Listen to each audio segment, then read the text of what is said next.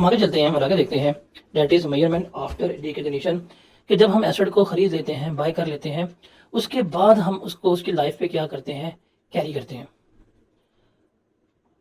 और खरीदने के बाद में हमने उसको किस वैल्यू के ऊपर मेजर करना है, वो हमने क्या करना है, यहाँ पर सीखना है। उसको देखते हैं। तो हमारे पास बेसिकली मेजरमेंट के दो मॉडल्स हैं जो हम उसको लेके चलेंगे सब्सिक्वेंटली मेजरमेंट के। एक होता है हमारे पास जिसे हम कहते हैं कॉस्ट मॉडल, क्या कहलाता है, कॉस्ट मॉडल। और दूसरा है वो मेरे पास क्या कहलाता है, दूसरा मेरा रीवैल्यूएशन मॉडल जो है वो कहला रहा होता है। अब हमने यहाँ पे देखना है कि हम अपने एसेट्स को किस वैल्यू के ऊपर लेकर जाएंगे, किस वैल्यू पे मेजर करेंगे, वो हमने क्या करना है, वो हमने यहाँ पर देखना होता है। अब revaluation model, cost model like क्या है। फॉर एग्जांपल, आपने 2002 में एक प्लॉट लिया हो DHA में और वो आपको पड़ा हो 3 लाख रुपए का। क्या 2024 में अगर आप उसी प्लॉट की कीमत आज भी 3 लाख रुपए लिखें तो क्या ये जस्टिफाइड होगा? जस्टिफाइड नहीं होगा, बिकॉज हमने बनानी होती हैं अपनी फाइनेंशियल स्टेटमेंट्स जो ट्रू एंड फेयर हों और जो रिलायबली मेजरेबल भी हों। तो हमने इन्फॉर्मेशन वो देनी है जो हम रिलायबली क्या कर सकते हैं, मेजर कर सकते हैं। तो हमारे पास दो मेथड हैं एसेट्स को लेकर चलने का, एक है कॉस्ट मॉडल और दूसरा है हमारे पास रीवैल्यूएशन मॉडल।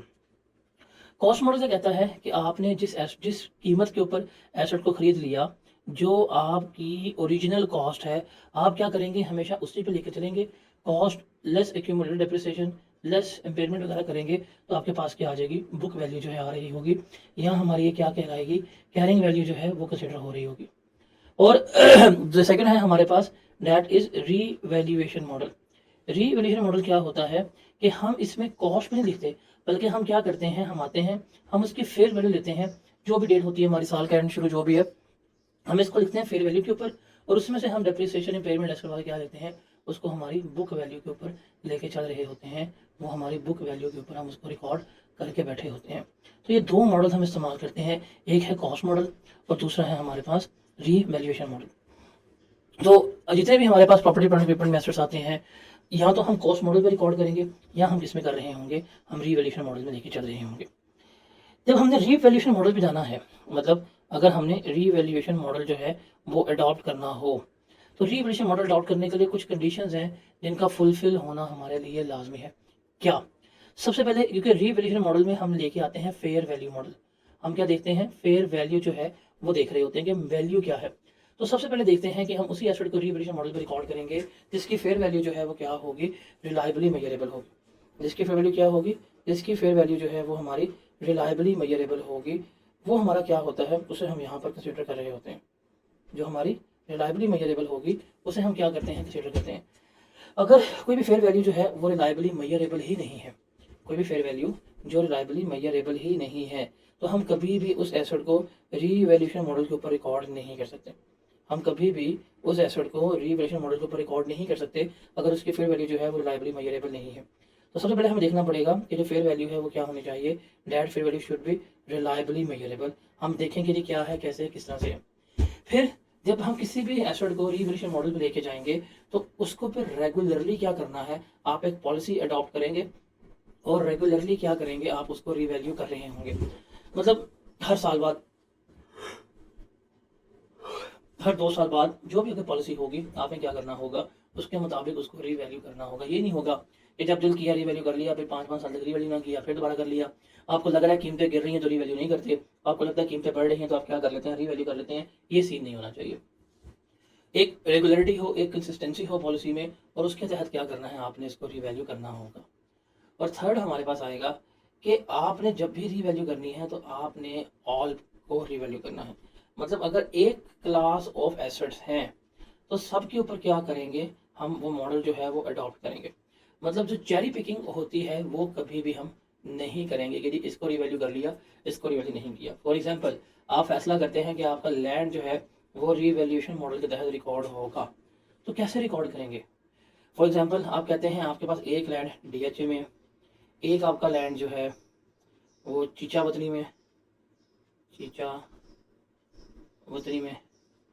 एक आपका लैंड जो है वो चारसदा में है। एक आपका लैंड जो है वो कराची में है। आप कहते हैं यार डीएचए लैंड जो है इसको भी मार्केट वैल्यू पर लेकर चला जाता हूँ, कराची वाला लैंड जो है ये भी मार्केट वैल्यू पर ले जाता हूँ। ये हमारी इतनी इंपॉर्टेंट ज़मीनें नहीं है, इनको हम किस पे रिकॉर्ड कर लेते हैं, कॉस्ट पे कर लेते हैं। मतलब कह रहे हैं किसी कॉस्ट पे रिकॉर्ड कर लो, किसी को रिवेल मॉडल पे रिकॉर्ड कर लो, ये नहीं हो सकता। तो आप ये चेरी पिकिंग कभी भी नहीं कर सकते। क्या होगा अगर आपने डिसाइड कर लिया कि एक क्लास ऑफ एसेट्स को किसी मॉडल पर लेके जाना है, तो सारे ही क्या होंगे आपके उसी मॉडल पे चलेंगे। अगर लैंड की बात होगी फिर जितने भी लैंड है सारे किस पे जाएंगे, रीवैल्यूएशन मॉडल पे जा रहे होंगे। अगर आप बात करते हैं कॉस्ट मॉडल की, तो पूरे जो बिल्डिंग्स होंगी जितने भी एसेट्स होंगे वो कॉस्ट मॉडल के ऊपर ही हम क्या कर रहे होंगे, लेकर चल रहे होंगे। ये तीन बातें जो है वो हमने क्या करनी होती हैं, हमने लेके चलनी होती हैं।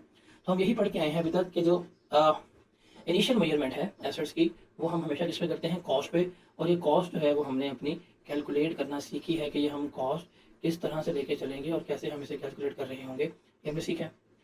अब सब्सिक्वेंट मेजर में यहाँ तो कॉस्ट मॉडल चलेगा, यहाँ हमारे पास चलेगा रिवैल्यूएशन मॉडल जो है वो चल रहा होगा। अब हम आहिस्ता आहिस्ता जो है वो रिवैल्यूएशन की एंट्रीज करते हैं, उनको समझते हैं। पहले हम आसान केसेस करेंगे और फिर जो है हम कॉम्प्लेक्स सिनेरियो की तरफ जो है मूव करेंगे। पहले हम डिस्कस करते हैं नॉन डेप्रिशिएबल एसेट्स को, क्योंकि अभी हमें कॉस्ट मॉडल तो हम पढ़ के आ चुके हुए हैं। कॉस्ट मॉडल को हमने बड़ा तफसील में पढ़ा है कि ये हमारी कॉस्ट है, उसमें से ये एक्यूमुलेटेड डेप्रिसिएशन जो है वो हमने लेस करवानी है, तो मेरे पास क्या आ जाएगी, मेरे पास बुक वैल्यू आ जाएगी। ये हम बहुत तफसील में बहुत डिटेल में पढ़ के आए हैं। हमने डिस्पोज के सिनेरियोज हर चीज़ जो है वो हमने की है, इसमें सीखी भी है और सब कुछ जो है वो हमने यहाँ पर देखा भी है। अब हम चलते हैं किसके ऊपर, अब हम चलते हैं अब हम चलेंगे रिवैल्यूएशन मॉडल के ऊपर, वो कैसे होगा। और सबसे पहले हम बात करते हैं नॉन डेप्रिशिएबल एसेट्स की, कि नॉन डेप्रिशिएबल एसेट्स जो हैं क्या होते हैं, किस तरह से कैलकुलेट हो रहे होते हैं, वो हम देखेंगे। अब यहाँ पे बेसिकली हम बात कर रहे हैं किसकी, हम बात कर रहे हैं लैंड की, बिकॉज लैंड जो है वो डेप्रिशिएट नहीं होता। अब हमने क्या करना है, अब रिवैल्यूएशन के लिए नॉर्मली हम रिवैल्यूएशन जो है वो ईयर एंड के ऊपर परफॉर्म कर रहे होते हैं। हम देखते हैं जी हमने लैंड लिया हुआ है, उसकी कॉस्ट जो है वो हमें कितनी है, 1 मिलियन है। 10 लाख रुपए का लैंड लिया, साल के एंड पे गए और साल के एंड पे आप मार्केट गए और मार्केट जाके आपने उस लैंड का रेट लगवाया, आपका रेट लग गया 14 लाख रुपया। अब आप बड़े खुश होते हैं, देखें जी मैंने 10 लाख की ज़मीन ली थी, कितने की हो गई, 14 लाख रुपए की। तो ये 4 लाख रुपए का बैठे बिठाए आपको क्या हो गया, गेन हो गया।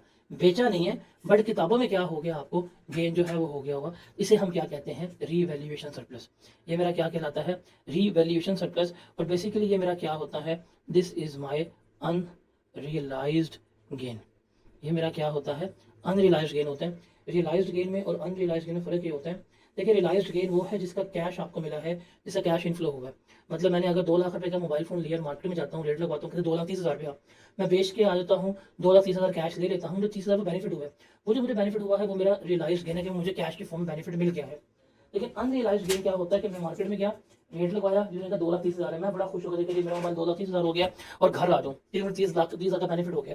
हालांकि वो बेनिफिट तो हुआ है बट वो मुझे रियलाइज नहीं हुआ, वो मुझे मिला नहीं है। तो ये मेरा क्या होता है, अनरियलाइज गेन। तो पहले हम देखते हैं कि अगर हम जाते हैं मार्केट में और एसेट को रीवैल्यू करते हैं और वो रीवैल्यू अपवर्ड हो जाए। अपवर्ड का मतलब क्या है कि जो उस एसेट की कॉस्ट थी उससे कीमत जो है इंक्रीज हो गई है, तो एंट्री हमारी क्या पास होगी, एसेट अकाउंट हमारा डेबिट हो जाएगा और रीवैल्यूएशन सरप्लस है वो मेरा क्या होगा, वो मेरा क्रेडिट हो रहा होगा। इस एग्जाम्पल देखते हैं, the land was purchase for 100 million. Land कितने का लिया था आपने, 100 मिलियन का, ऑन फर्स्ट डे ऑफ 2019, 2019 के पहले दिन। The business applies the IAS 16 revaluation model to the measurement of land after initial recognition. क्या मॉडल अप्लाई कर दिया था उसने, रीवैल्यूएशन मॉडल अप्लाई किया था। The land was revalued to 130 million at the end of first year ownership. और land कितने का हो गया, 130 मिलियन का हो गया। सवाल है जी कैलकुलेट द रीवैल्यूएशन सरप्लस। बताएं हमारा रीवैल्यूएशन सरप्लस जो है वो कितना होगा, वो हमने देखना है। अब देखें लैंड कितने का था, 100 का था। आप ईयर पे जाते हैं, कितना हो गया, 130 का, कितने का इजाफा हुआ, 30 का। अब 30 रुपए से लैंड की वैल्यू बढ़ेगी, आप क्या करेंगे, लैंड को डेबिट कर देंगे। और ये कितना गेन हुआ, 30 रुपए का, वो कहाँ किसका पार्ट बनेगा, रीवैल्यूएशन सरप्लस का। ये आपका अनरियलाइज गेन है और आ जाएगा जी आपका लैंड अपवर्ड रीवैल्यू हो गया। अगर हम इसको स्टेटमेंट ऑफ फाइनेंशियल पोजीशन में लिखेंगे तो हम इसको रीवैल्यूड अमाउंट पे, मतलब कितनी अमाउंट थी, 130, हम 130 के ऊपर लैंड को शो कर रहे होंगे। जो 30 रुपए का सरप्लस हुआ है ये मेरी इक्विटी में रीवैल्यूएशन सरप्लस के नाम से शो हो रहा होगा। तो ये वाली हम एंट्री जो है पास कर रहे होते हैं और ये एंट्री है और ये हमारे फाइनेंशियल स्टेटमेंट्स के एक्सट्रैक्ट्स जो हैं वो बन रहे होते हैं। Is that clear? अब सेकंड सिनेरियो देखते हैं कि लैंड मेरा डाउनवर्ड रिवैल्यू हो जाए, मतलब जो मेरे पास ओरिजिनल कॉस्ट थी उससे कीमत जो है वो गिर गई है, डाउनवर्ड रिवैल्यू हो जाए, तो उसकी एंट्री के पास होगी। देखें सिंपल सी बात है कि अगर फर्स्ट टाइम डाउनवर्ड हुआ है, आपने फर्स्ट टाइम ही रिवैल्यूएशन की और फर्स्ट टाइम ही लॉस हो गया, तो जो लॉस होगा वो किसको चार्ज होगा? स्टेटमेंट ऑफ कॉम्प्रिहेंसिव इनकम जो है उसको चार्ज होगा, और जिस वैल्यू से होगा हमारे एसेट की वैल्यू जो है वो कम हो रही होगी। लेकिन अगर आपको सब्सिक्वेंट लॉस हुआ है, मतलब पहले आपने अपवर्ड रिवैल्यू किया था लेकिन अब डाउनवर्ड रिवैल्यू हो रहा है और आपके पास कोई सरप्लस वगैरह मौजूद है, तो पहले हम चार्ज करेंगे रीवैल्यूएशन सरप्लस को, और अगर सारा एडजस्ट होगा ठीक है, बाकी बनना जाएगा प्रॉफिट एंड लॉस अकाउंट में। तो ये हम एंट्री पास कर रहे होते हैं। जैसे एग्जांपल देखते हैं, land was purchase for ₹100 million. Land हमने लिया 19 के स्टार्ट में कितने का? 100 मिलियन का। Business applies the IAS 16 revaluation model to the measurement of land after initial recognition. The land was revalued to ₹90 million at the end of first year of ownership। पहले साल ही revalue किया और पहले साल ही कितने का हो गया? 90 मिलियन जो है उसका रिकॉर्ड हो गया। कितने का था? 100 का। कितने का हो गया? 90 का। कितने का लॉस हुआ है? 10 का लॉस हुआ है। हम क्या करेंगे, अब मेरा प्लांट लिया तो मैंने लैंड लाख का था, अब कितने का होगा? 90 का शो हो रहा होगा, तो लैंड की वैल्यू में 10 से कमी आ जाएगी, और ये 10 का लॉस हुआ है ये किसको चार्ज हो जाएगा? Statement of comprehensive income profit and loss account को जो है वो चार्ज हो रहा होगा। Is that clear?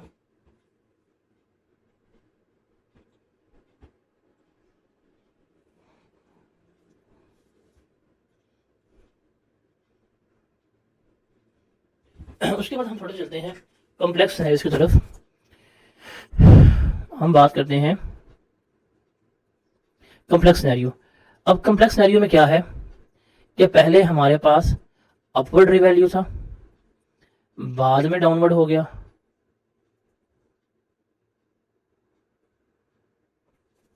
या पहले डाउनवर्ड था बाद में वो क्या हो गया? अपवर्ड हो गया। अब हमने इन कॉम्प्लेक्स सिनेरियोज को जो है वो क्या करना है? डील करना है, इन कॉम्प्लेक्स सिनेरियोज को देखना है। इसको हम एग्जाम्पल से ज़रा समझते हैं क्या है, कैसे है और किस तरह से। फिर मैं वापस आपको इन एंट्रीज पे लेके आता हूँ। कहता है जी रिक्वायरमेंट है calculate the revaluation surplus and carrying value of land. ठीक है, business purchase a plot of land. Business ने जो है क्या किया है? प्लॉट जो है परचेज किया है on first day of 2015। Business applies revaluation model to the measurement of land after initial recognition. Business की पॉलिसी है वो लैंड को एनुअली क्या करेगा? रीवैल्यू जो है वो कर रहा होगा। इनिशियल अमाउंट जो रिकॉग्नाइज हुई है at the year and values उसने हमें बता दी है। जब हमने लैंड लिया पहले साल कितने का था? 1 लाख का। साल के एंड पे गए कीमत बढ़ गई, 30 रुपये का सरप्लस हुआ। अगले साल पे एंड पे गए 110 हो गया, 20 रुपये का लॉस हुआ। फिर रीवैल्यू किया 95 हो गया, तो ये हमें लॉस हुआ 10 और 5 15 का। और बाद में हमारा कितना हो गया? सरप्लस आ गया और ये हमारे पास आया 21 का गेन आ गया। तो ये उसने हमें बताया है, हमने इसका एक्यूरेट सरप्लस जो है वो फाइंड आउट करना है और हम इसके अकाउंट्स भी बनाते हैं। सवाल समझ आया कि हमने इनिशियल लैंड लिया, पहले वो अपवर्ड रिवैल्यू हुआ, फिर वो क्या हुआ? डाउनवर्ड रिवैल्यू जो है वो हुआ है।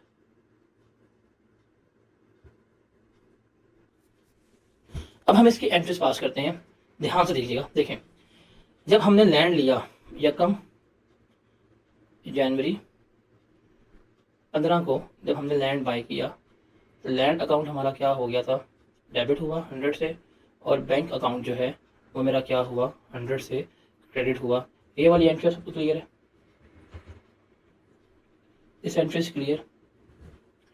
अब हम आते हैं 31 दिसंबर को, मार्केट गए, रेट लगवाया, रेट लग गया 130 का। हम बड़े खुश हुए, ओ भाई लैंड की वैल्यू में इजाफा हो गया है, लैंड हमारा हो गया 30 का। अब लैंड में इंक्रीज आ गया, बट कहाँ से आया है? खरीदा है? नहीं, मार्केट वैल्यू चेंज हुई है। तो ये मेरा क्या कहलाएगा? ये मेरा सरप्लस कहला रहा होगा, और ये मेरी क्या होगी? ये मेरी अदर कम्प्रीहेंसिव इनकम का पार्ट बन रहा होगा। तो ये मेरा आ जाएगा रीवैल्यूएशन सरप्लस कितने का? 30 का। हमने कहा देखिए मेरे तो मुनाफा हो गया, मेरे पास 30 का सरप्लस पड़ा हुआ है। हमने कहा ठीक है, अब हमने क्या किया, 30 का सरप्लस बना के बैठ गए, यदि मेरे पास 30 का सरप्लस पड़ा हुआ है। हम अगले साल गए वापस, 31/12/16 को दोबारा हमने किया। अब हमें लगा पता यार ये तो एक 30 का था, ये तो एक 10 का हो गया। हमें बड़ा अफसोस हुआ यार ये क्या हो गया। खैर लैंड में तो कमी आ गई है, अब लैंड में कमी आए, एसेट क्या हो जाएगा, क्रेडिट हो जाएगा। 130 से कितने पे हो गया, 110 का, तो 20 का लॉस हुआ। अब जब ये लॉस होगा तो हमने देखना है क्या हमारे पास रीवैल्यूएशन सरप्लस मौजूद है कि नहीं। देखिए हमारे पास रीवैल्यूएशन सरप्लस मौजूद है, तो हम क्या करेंगे, हम सबसे पहले इस रीवैल्यूएशन सरप्लस को ही डेबिट कर देंगे। मतलब इस मुनाफे में से ही ये नुकसान हमने लेस करवा दिया। स्टिल अभी 10 रुपये का जो है मुनाफा पड़ा हुआ है, तो ये हमारी एंट्री पास हो गई। इसके बाद हम आगे गए 31/12/17 पे, दोबारा रेट लगवाया, 95 का हो गया। अब हम फिर सर पकड़ के बैठ गए यार ये क्या बदतमीजी हुई, हमने तो लिखा था 110 का, वापस कितने का हो गया, 95 का हो गया है। मतलब लैंड की वैल्यू में कमी आ रही है। कितने की आ रही है, 15 की। 15 से हम यहाँ पे लेस करवा देंगे। अब देखिए मुझे लॉस कितना हुआ है, 15 का, मेरे पास सरप्लस कितना, मुझे 10 का, मैं तो यही लेस करवा पाऊंगा। 5 रुपए का लॉस जो है वो इस सरप्लस में से एडजस्ट नहीं हो पाएगा। कितना सरप्लस मौजूद था, 10 का, वो 10 का ही एडजस्ट हो जाएगा। बाकी तो मैं 5 का एडजस्ट नहीं करवा पाया। जो 5 का एडजस्ट नहीं करवा पाया वो कहाँ जाएगा, प्रॉफिट एंड लॉस अकाउंट में चार्ज हो जाएगा। तो ये एंट्री जो है हमने पास करनी होती है जब हमारा सरप्लस जो है लॉस में कन्वर्ट हो रहा हो या लॉस जो है सरप्लस में कन्वर्ट हो रहा हो। Is that clear. अगले साल गए 31/12/18 में, रेट लगवाया, कितना हो गया, 116 का। हम बड़े खुश हुए, 95 का था 116 का हो गया। हमने कहा जी हमारे लैंड में इजाफा हो गया 21 का, लैंड किससे इंक्रीज हो गया, 21 का। अब यहाँ पे ध्यान रखना है क्या कि लैंड इंक्रीज हो गया, अब सारी अमाउंट सरप्लस में नहीं डालनी।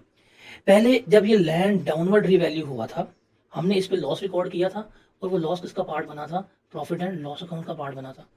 अब हम सबसे पहले क्या करेंगे, इस लॉस को रिवर्स कर देंगे। मतलब पिछले साल जो प्रॉफिट एंड लॉस अकाउंट में लॉस चार्ज किया था उसको रिवर्स करूंगा, और जो रिमेनिंग बच जाएगा वो किसको चार्ज हो जाएगा, रीवैल्यूएशन सरप्लस को चार्ज हो रहा होगा। तो ये एंट्री जो है हम पास कर रहे होते हैं जब हमारा पहले अपवर्ड हो फिर डाउनवर्ड हो जाए और फिर डाउनवर्ड से अपवर्ड आ जाए, तो ये एंट्री हमारी पास होती है। क्या कि अगर पहले हमारा एसेट डेफिसिट के ऊपर था, लॉस के ऊपर रिकॉर्ड था, और हम उसको अपवर्ड रिवैल्यू कर रहे हैं, तो एंट्री क्या पास होगी, एसेट अकाउंट डेबिट होगा, जितना हम प्रॉफिट एंड लॉस अकाउंट में इस एसेट का लॉस चार्ज कर चुके थे वो रिवर्स होगा, और जो बाकी बच जाएगा, जो रिमेनिंग होगा, वो किधर जाएगा, रीवैल्यूएशन सरप्लस में। जिस तरह हमने ये किया कि माजी में हमने ये लॉस रिकॉर्ड किया था, सबसे पहले हमने क्या किया, इसको रिवर्स किया, और जो रिमेनिंग बचा वो किसको चार्ज हुआ, रीवैल्यूएशन सरप्लस को चार्ज हुआ है। फिर अगर एसेट हमारा सरप्लस पे हो और वो डाउनवर्ड रिवैल्यू हो जाए, तो किसको जाएगा, एसेट की अमाउंट कम होगी, सबसे पहले जितना भी सरप्लस मौजूद है वो कम करेंगे। अगर कोई बाकी बच गया तो वो किसको चार्ज होगा, हमारा अदर कॉम्प्रिहेंसिव इनकम को। जैसे यहाँ पे था कि लैंड मेरा 15 से कम हुआ, मैंने कर दिया, इस वक्त मेरे पास सरप्लस कितना मौजूद था, 10, मैंने वही 10 को रिवर्स किया, बाकी ये 5 नहीं हो पाया था, ये किसको चार्ज हो गया, प्रॉफिट एंड लॉस अकाउंट को चार्ज हो गया। तो सर पूरी कहानी जो है वो हमारी इन दो एंट्रीज के गिर्द जो है वो घूम रही होती है। बताएं जी, ये क्लियर है। अगर आपके पास सरप्लस मौजूद ना हो तो फिर तो सीधा लॉस हम चार्ज ही करेंगे प्रॉफिट एंड लॉस अकाउंट में डायरेक्टली। क्लियर है ये। अगर हम इनके टी अकाउंट्स की बात करें तो टी अकाउंट्स हमारे कुछ इस तरह से बनते हैं। देखें, जब हमने एसेट लिया था तो ओपनिंग जो है आ गया, जो सरप्लस आया वो ऐड हुआ, मेरे पास क्लोजिंग बैलेंस आ गया। अगले साल में जो लॉस हुआ क्रेडिट साइड पे आया, बैलेंस आ गया, फिर लॉस हुआ क्रेडिट साइड पे गया, फिर गेन हुआ यहाँ पे आ गया, तो ये टी अकाउंट बनता है। और सरप्लस के अकाउंट में मेरे पास सरप्लस आया था, हर साल इसमें से जो एडजस्टमेंट की है, मतलब यहाँ पे हमने एंट्रीज पास की थी, वो हम उससे क्रेडिट करेंगे और मेरे पास जो है वो बैलेंस आ रहा होगा। फॉर्चुनेटली इनके टी अकाउंट्स जो है वो हमारे सिलेबस में पूछे नहीं जाते, जो पूछे जाते हैं हम उन पर जो है ज़्यादा वर्किंग जो है वो कर रहे होंगे। तो अभी तक हमने सिंपल सिनेरियोज जो हैं वो डिस्कस किए हैं, जो आसान सिनेरियोज थे, जो सिंपल सिनेरियोज थे, जो आसान सिनेरियोज थे, वो हमने डिस्कस किए हैं। बेसिकली नॉन डेप्रिशिएबल एसेट्स, जहाँ पे डेप्रिसिएशन इन्वॉल्व नहीं है। अब जहाँ पे डेप्रिसिएशन इन्वॉल्व नहीं है ना, वो तो हमारे लिए कहानी बहुत आसान थी, उसमें तो कोई प्रॉब्लम आप लोगों को नहीं होनी चाहिए मेरे ख्याल से, ऐसे ही है। लेकिन जहाँ पे डेप्रिसिएशन इन्वॉल्व होगी, कहानी वहां से स्टार्ट होगी। हमारा चैप्टर कॉम्प्लेक्स कहाँ से होगा, चैप्टर हमारा कॉम्प्लेक्स होगा जहाँ से डेप्रिसिएशन जो है वो इन्वॉल्व हो रही होगी, बिकॉज कहानी सिर्फ डेप्रिसिएशन पे ही है और वही इसको कॉम्प्लेक्स करती है। अब असूल याद रखिएगा, अब हम चलेंगे डेप्रिशिएबल एसेट्स की बात करेंगे। अब हम किसकी बात करेंगे, जो हमारे पास डेप्रिशिएबल एसेट्स हैं, हम क्या करेंगे, हम उनकी बात जो है कर रहे होंगे। अब डेप्रिशिएबल एसेट्स के लिए जो असूल है, जो प्रिंसिपल हैं, वो आपने क्या करने हैं, वो आपने याद रखने हैं। क्या, जब भी आपने रीवैल्यूएशन करनी है, मतलब जब भी आपकी डेट ऑफ रीवैल्यूएशन है, डेट ऑफ रीवैल्यूएशन है, इस दिन आपने दो काम करने हैं। आपने देखना है कि आपके एसेट की फेयर वैल्यू क्या है और उसको कंपेयर करना है आपने कैरिंग वैल्यू से, या जो भी आपकी बुक वैल्यू होगी उससे कंपेयर करना है। और हमें बुक वैल्यू निकालनी आती है कि जो हमारे पास एसेट की कॉस्ट होगी उसमें से हमने लेस करवानी है एक्यूमुलेटेड डेप्रिसिएशन, फिर हमारे पास क्या आ जाएगी, हमारे पास बुक वैल्यू आ रही होगी। हमने इसको क्या करना है, इससे कंपेयर करना है। ठीक है, अगर फेयर वैल्यू, अगर मेरी फेयर वैल्यू जो है वो ज़्यादा है बुक वैल्यू से, तो that will be revaluation surplus. अगर मेरी फेयर वैल्यू कम है बुक वैल्यू से, that will be revaluation loss. Is that clear? अब हमने स्टेप्स फॉलो कौन से करने हैं। स्टेप नंबर 1 जो हम हमेशा करेंगे, that is elimination of accumulated depreciation. ये है हमारा पहला स्टेप, ये हमने करना है। इसको हम नेट रिप्लेसमेंट वैल्यू मेथड भी कहते हैं, और पेपर में जब आप अक्सर सवाल कर रहे होते हैं उसमें नेट रिप्लेसमेंट वैल्यू मेथड का उसने नाम जो है वो लिखा होता है। अब ये है क्या, देखें, हमें पता है कि जब हम अपने लेजर्स बना रहे होते हैं, खास तौर पर फिक्स एसेट्स के, तो इनकी दो तरीकेकार होते हैं, दो वेज में हम बना सकते हैं। या तो हम अपने अकाउंट कॉस्ट पे बना सकते हैं, या हम अपने अकाउंट जो है बुक वैल्यू पे बना सकते हैं। अगर अकाउंट हमारे बुक वैल्यू पे है ना, तो कहानी बड़ी आसान है, पर प्रैक्टिकली हम बुक वैल्यू पे बनाते नहीं है। हम प्रैक्टिकली एक्यूमुलेटेड डेप्रिसिएशन जो है वो अलग बनाते हैं। अगर बात करूँ कॉस्ट की, तो हम क्या करेंगे, अगर हम अपने एसेट्स का अकाउंट कॉस्ट पे बना रहे हैं, तो यहाँ पे क्या होगा, एसेट का अकाउंट आएगा और ये क्या होगी, हमें कॉस्ट गिवन होगी। फॉर एग्जांपल हमें ओपनिंग बैलेंस जो है वो गिवन होगा 1200 का, और वो हमें बता देगा कि जी ये हमारा ओपनिंग बैलेंस है। और साथ ही हमें क्या गिवन होगी, हमें उसकी एक्यूमुलेटेड डेप्रिसिएशन भी गिवन होगी, वो भी हमें गिवन होगी, कितनी है जी, 300 की है। तो हमें कॉस्ट का अकाउंट अलग बना होगा और एक्यूमुलेटेड डेप्रिसिएशन का अकाउंट हमारा अलग बना होगा। अब जब हमने रीवैल्यूएशन करनी है, जरा इसकी लॉजिक समझिएगा। रीवैल्यूएशन करनी है तो उसमें हमें स्टेप नंबर 1 परफॉर्म करना पड़ता है, और स्टेप नंबर 1 क्या होता है कि हमने बुक वैल्यू को कंपेयर करना होता है फेयर वैल्यू से। लेकिन मेरे पास तो इस एसेट के अकाउंट में सिर्फ क्या गिवन है, कॉस्ट गिवन है, बुक वैल्यू तो गिवन ही नहीं है। बुक वैल्यू कैसे आती है या कैरिंग वैल्यू कैसे आती है, हम कॉस्ट पकड़ते हैं, कॉस्ट में से हम एक्यूमुलेटेड डेप्रिसिएशन जो है वो लेस करवाते हैं, फिर मेरे पास बुक वैल्यू आती है। तो इसलिए जब भी इनको करना पड़ेगा, तो पहला स्टेप क्या करना पड़ेगा, मुझे एक्यूमुलेटेड डेप्रिसिएशन को एलिमिनेट करना पड़ेगा। इसका मतलब क्या होगा कि मुझे एंट्री पास करनी पड़ेगी, वो होगी एक्यूमुलेटेड डेप्रिसिएशन डेबिट, जैसे इस एग्जांपल में 300 है, और प्लांट का अकाउंट जो होगा वो मुझे क्या करना पड़ेगा, क्रेडिट करना पड़ेगा। अब जब मैं ये एंट्री पास करूंगा, देखें यहाँ पे आ गया प्लांट 300 से, और यहाँ पे आ गई जी एक्यूमुलेटेड डेप्रिसिएशन 300 से। जब मैंने यहाँ पे लिख दी ना, अब मेरा प्लांट जो है कितने पे शो हो रहा होगा, 1200 माइनस 300, इसके ऊपर शो हो रहा होगा 900 पे, इस पे शो हो रहा होगा 900 पे। इसका मतलब मैंने क्या किया, मैंने इस एक्यूमुलेटेड डेप्रिसिएशन को एलिमिनेट कर दिया, और एलिमिनेट करने की वजह से जो मैंने यहाँ पे कॉस्ट पे रिकॉर्ड किया हुआ था वो किसके ऊपर आ गया है, कैरिंग वैल्यू पे आ गया।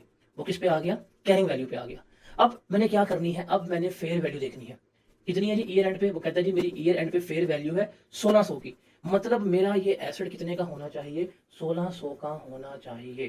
कितने का होना चाहिए, 1600 का होना चाहिए। तो क्लोजिंग बैलेंस मेरा कितना आ जाएगा, 1600। अब आप बैलेंसिंग फिगर निकाल दें, 1900 में से 1200 के रीवैल्यूएशन सरप्लस कितना हमारा आएगा, 700 का।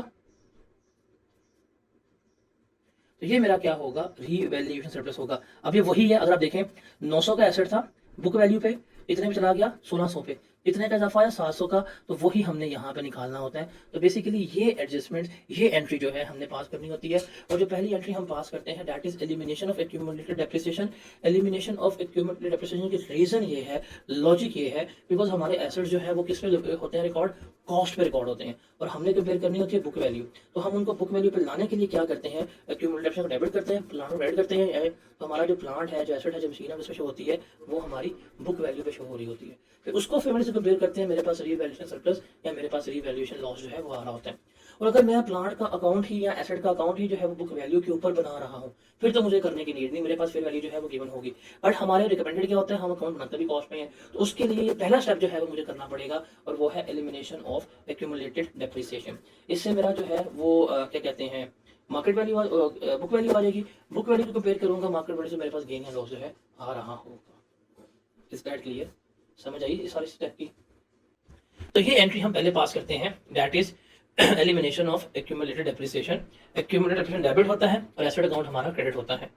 उसके बाद कंपेयर करते हैं, अगर रीवैल्यूएशन सरप्लस हो एसेट डेबिट, रीवैल्यूएशन सरप्लस जो है क्रेडिट। अगर लॉस हो तो फिर क्या होगा, asset account credit, revaluation surplus जो है वो डेबिट हो जाएगा, और अगर बच गया लॉस तो किसको जाएगा, प्रॉफिट एंड लॉस अकाउंट को जा रहा होगा। ये रीजन है ये। तो ये हमारे पास एग्जांपल है। अब देखें, पहला स्टेप हमने करना है, that is reversal of accumulated depreciation.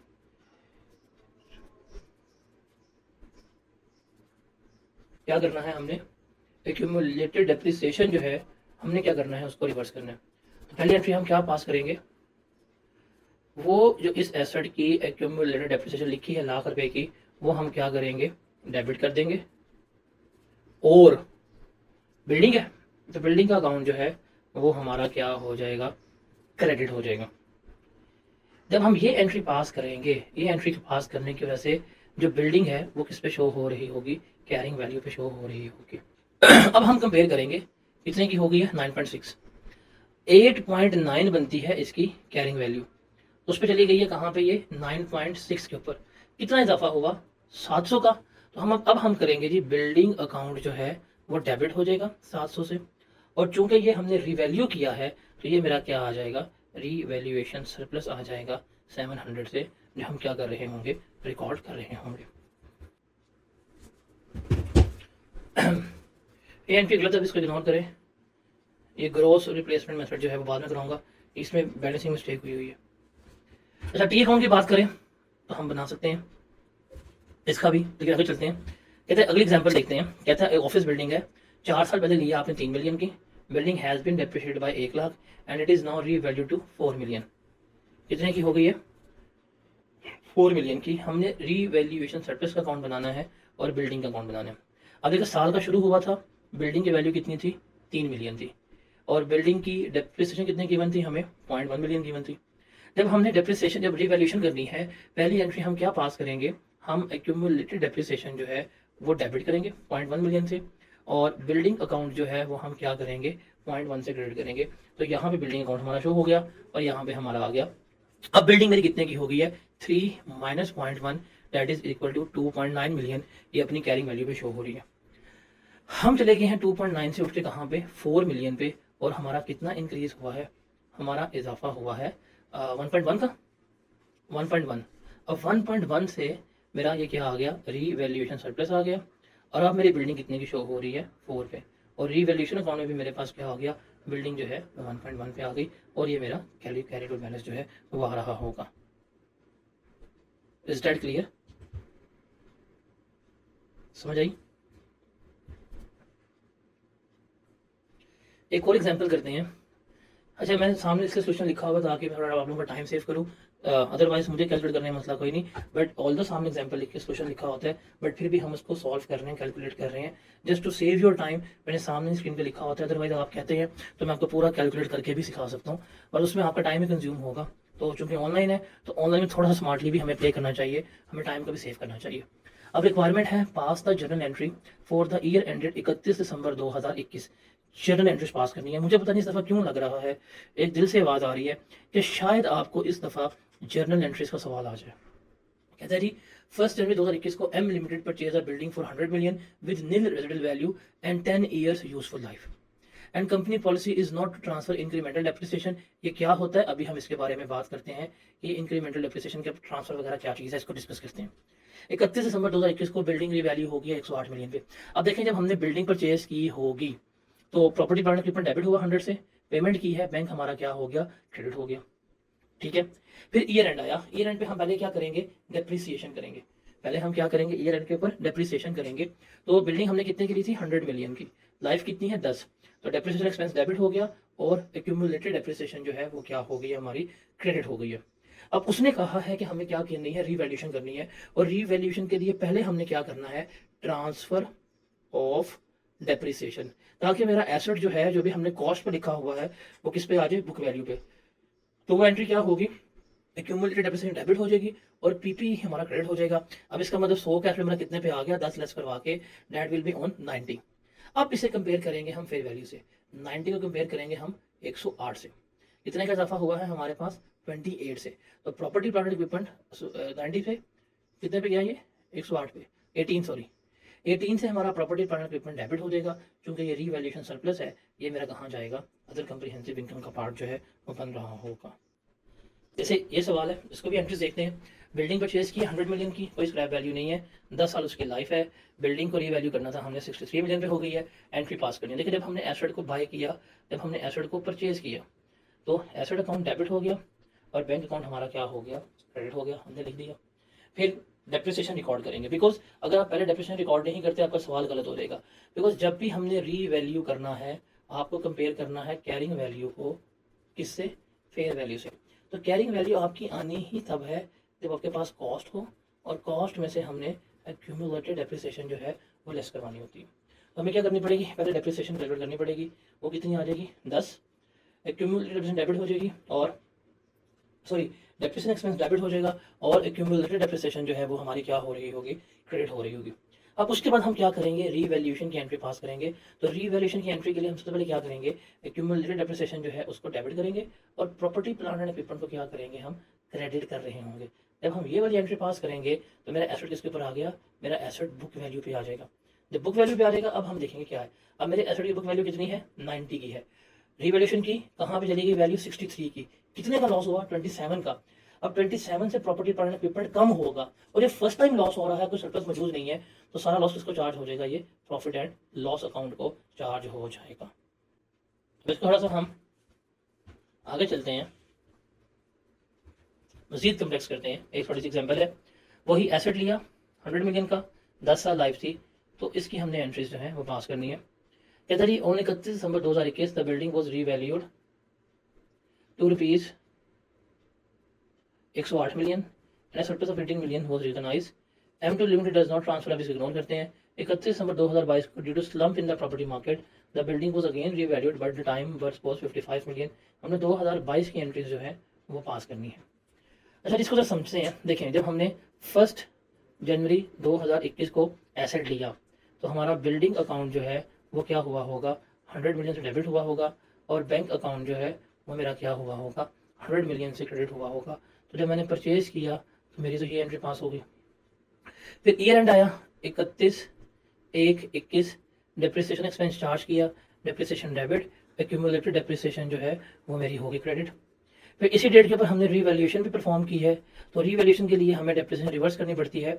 Accumulated depreciation जो है वो डेबिट हो गई, और बिल्डिंग अकाउंट जो है वो मेरा क्या हो गया, क्रेडिट हो गया। तो इसका मतलब आ गया। उसके बाद हमने फिर दोबारा रीवैल्यूएशन की है इस डेट के ऊपर, तो एसेट मेरा 108 पे चला गया, तो एसेट अकाउंट जो है वो मेरा 18 से डेबिट हो गया, और बाकी मेरा किस पे चला गया, रीवैल्यूएशन सरप्लस मेरा 18 पे आ गया। तो पहले साल की तो रीवैल्यूएशन मेरी ये हुई है, ठीक है, पहले साल की मेरी रीवैल्यूएशन जो है वो ये हुई है। अब अगले साल जो है जब हम डेप्रिशिएट करेंगे, एक असूल याद रखिएगा जिसके ऊपर भी हमने बात करनी है, कि जब रीवैल्यू हो जाता है, जब रीवैल्यू हो जाता है, तो हम रीवैल्यूड अमाउंट को डेप्रिशिएट करते हैं हमेशा रिमेनिंग लाइफ पे। इस पे करते हैं, रिमेनिंग लाइफ के ऊपर डेप्रिशिएट करते हैं। जैसे इस सिनेरियो में एसेट जो था वो 10 साल के लिए हमारा सामान था, 1 साल चला, हमने रीवैल्यू कर लिया, अब हमारे पास नई कीमत आ गई है। लेकिन नई कीमत आने के बाद उसकी रिमेनिंग लाइफ कितनी बची है, 9 ईयर्स। तो जितने साल चल गया वो लेस करवा दें, आपके पास आ जाएगी रिमेनिंग लाइफ।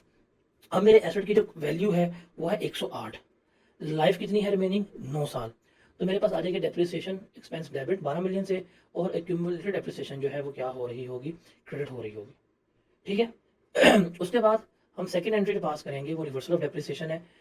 ये डेप्रिसिएशन थी, इसको रिवर्स किया, एक्यूमुलेटेड डेप्रिसिएशन डेबिट, और पीपी हमारा हो गया क्रेडिट।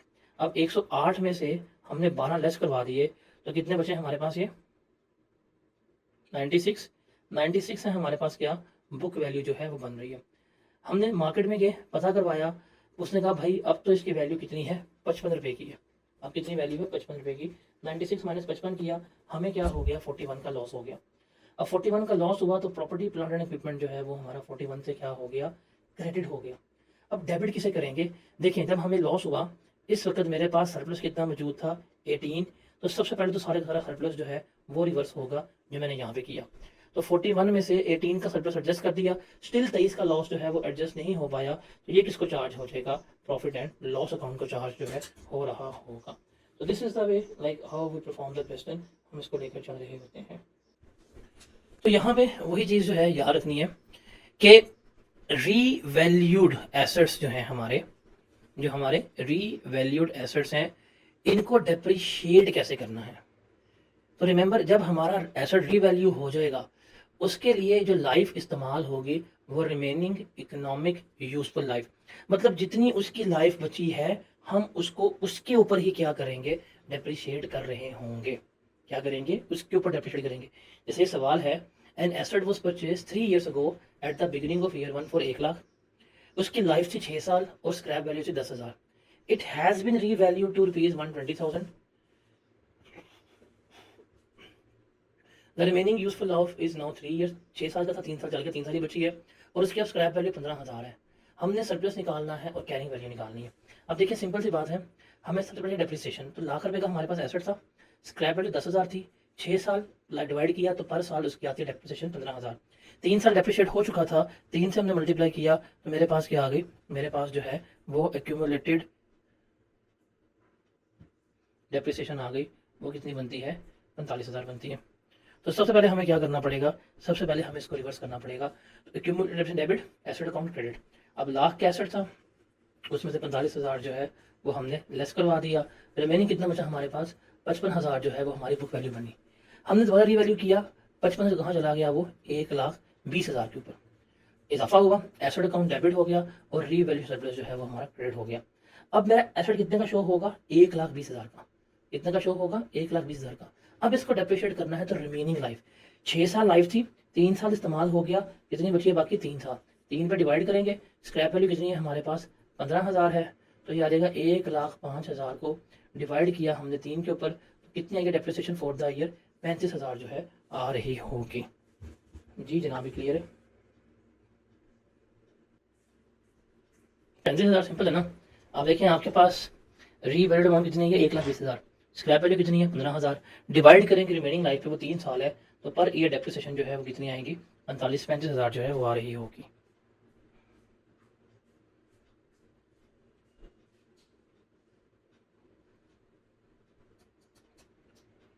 ठीक है जी, तो हम इसको यहाँ वाइंड अप करते हैं, स्टार्ट करते हैं। अब हमने बात करनी है द आखिरी area of IAS 16, that is realisation surplus. ये रियलाइजेशन ऑफ सरप्लस क्या होता है, ये हमने क्या करना है, डिस्कस आउट करना है। लास्ट एरिया उसके बाद हमारा IAS 16 जो है वो खत्म हो जाता है। अच्छा, इस चीज़ को समझने के लिए ना हम 2 टर्म्स इस्तेमाल करेंगे। एक वर्ड होगा दैट इज रियलाइज्ड गेन और दूसरा हम वर्ड इस्तेमाल करेंगे दैट इज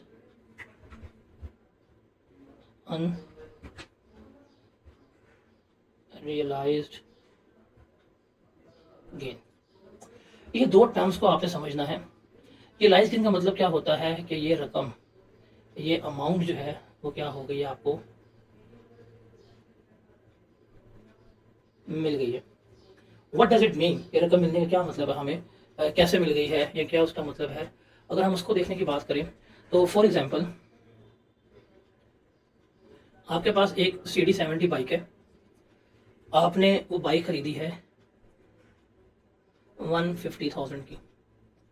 आप मार्केट में जाते हैं सेल करने और आपको उसकी प्राइस मिलती है 2,20,000। आप सेल करके आते हैं, आपको जो ये गेन हुआ ये 70,000 का गेन है। इसे हम क्या कहते हैं कि ये मुझे रियलाइज गेन हासिल हुआ है, ये मुझे पैसे मिल गए हैं। यहाँ पे 70,000 जो है वो क्या किया है, आपने वसूल किया है, ये 70,000 जो है वो आपको मिल गया है। ये 70,000 जो है वो आपको रिसीव हो गया है, इसे हम कहते हैं कि ये मेरा क्या है, रियलाइज गेन है। अब हम बात करते हैं अनरियलाइज गेन की। अब हम क्या करते हैं, बात अनरियलाइज गेन की बात करते हैं। अनरियलाइज गेन क्या होता है, आपके पास एक बाइक है और बाइक आप खरीद के लेके आए हैं 1,50,000 रुपये की। आपको लगता है पता कि कंपनी ने बाइक की कीमतें बढ़ा दी हैं, और आपको लग रहा है पता कि अब आपकी बाइक की कीमत जो 1,50,000 रुपये की थी वो कितने की हो गई है, 2 लाख की हो गई है। आपको ये लग रहा है पता कि आज मैं जाऊँ, आज जाके इस बाइक को बेचूँ, आज जाके इस बाइक को फरोख्त करूँ, कितना इजाफा होगा, 50,000 मुझे एक्स्ट्रा मिलेगा। आप बड़े खुश हैं, देखेंगे 1.5 लाख की बाइक 2 लाख की होगी, 1.5 लाख की बाइक 2 लाख की होगी, बट आपने बेचा नहीं है, आपको मिला कुछ नहीं है, आपको हासिल कुछ नहीं हुआ, बट आप कह रहे हैं मुझे गेन तो हो गया। हाँ हो जाएगा, आप तो कह रहे हैं गेन हो गया। इसे हम क्या कहते हैं, इसे हम अनरियलाइज्ड गेन कहते हैं, कि ये हमें अभी 50,000 मिला नहीं है, वसूल नहीं हुआ, हमने क्या कर लिया है, किताबों में गेन हासिल कर लिया। तो ये जो रीवैल्यूएशन सरप्लस होता है ना हमारा, बेसिकली ये क्या है, हमारा अनरियलाइज्ड गेन है। ये क्या है, हमारा बेसिकली अनरियलाइज्ड गेन है। क्या है बेसिकली, ये हमारा अनरियलाइज्ड गेन। अब होता क्या है, हम ये पढ़ के आए हैं अभी कि जब हम एक एसेट लेके आएंगे, एसेट को हम क्या करेंगे, हम एसेट को रीवैल्यू करेंगे, और फ्यूचर में हम उसको रीवैल्यूड अमाउंट पे ही क्या करेंगे, डेप्रिशिएट कर रहे होंगे। हम ये पढ़ के आ चुके होंगे। जस्ट टेक एन एग्जांपल, एक एसेट था, आपने उसको लिया, कॉस्ट थी 1 लाख रुपया, आप उसको 10 पे डिवाइड करते थे, उसकी हर साल डेप्रिसिएशन आती थी 10,000 रुपये। आपने फिर उसको रीवैल्यू किया, उसकी वैल्यू बढ़ गई, कहाँ पहुंच गई, 1.5 लाख रुपए की। आपने उसको बाद में उसकी रिमेनिंग लाइफ के ऊपर डिवाइड किया, तो आपके पास रीवैल्यूएशन सरप्लस जो है वो आ रहा होगा 150,000 डिवाइड बाई 7। अब आपकी डेप्रिसिएशन कितनी होगी, 21,429 जो है ये आपकी डेप्रिसिएशन आ रही होगी। अब यहाँ पे होता क्या है, कहानी एक्चुअल में है क्या, जब आप अपने एसेट की कीमत बढ़ाते हैं और आप कहते हैं जी मुझे गेन हो गया, मुझे गेन हो गया, हमारे एसेट्स की कीमतें बढ़ गई हैं, तो खुद सोचें, क्या शेयर होल्डर्स आपके पास नहीं आएंगे, क्या जो कंपनी के असल मालिक हैं वो आपके पास नहीं आएंगे कि अच्छा आपको गेन हुआ है, आपको मुनाफा हुआ है, आपको बेनिफिट हुआ है, तो इसलिए ये बेनिफिट तो हमें मिलना चाहिए, वो डिमांड करेंगे ना। बिकॉज जो भी प्रॉफिट होगा, जो भी मुनाफा होगा, वो सारा किसका राइट है, वो सारा शेयर होल्डर्स का राइट है, सारा किसका हक है, शेयर होल्डर्स का हक है। अगर एसेट्स की कीमत बढ़ गई है और एसेट्स की कीमत में इजाफा हो गया है, तो क्या ये जो गेन है, क्या ये शेयर होल्डर्स को नहीं मिलना चाहिए, खुद बताएं जरा। अब शेयर होल्डर जो है वो डिमांड करेंगे कि जी हमें दें, हमें दें। हम कहेंगे कि सर ये हमारा गेन तो रियलाइज्ड ही नहीं है, ये तो अनरियलाइज्ड गेन है। हम उन्हें क्या समझाएंगे, हम उन्हें कहेंगे कि आप लोगों ने तो सीए किया नहीं है, आप लोगों ने कहा आईएएस 16 पढ़ा है, अगर आप लोगों ने आईएएस 16 पढ़ा होता तो हम आप लोगों को बताते और आप लोगों से सवाल ना पूछते।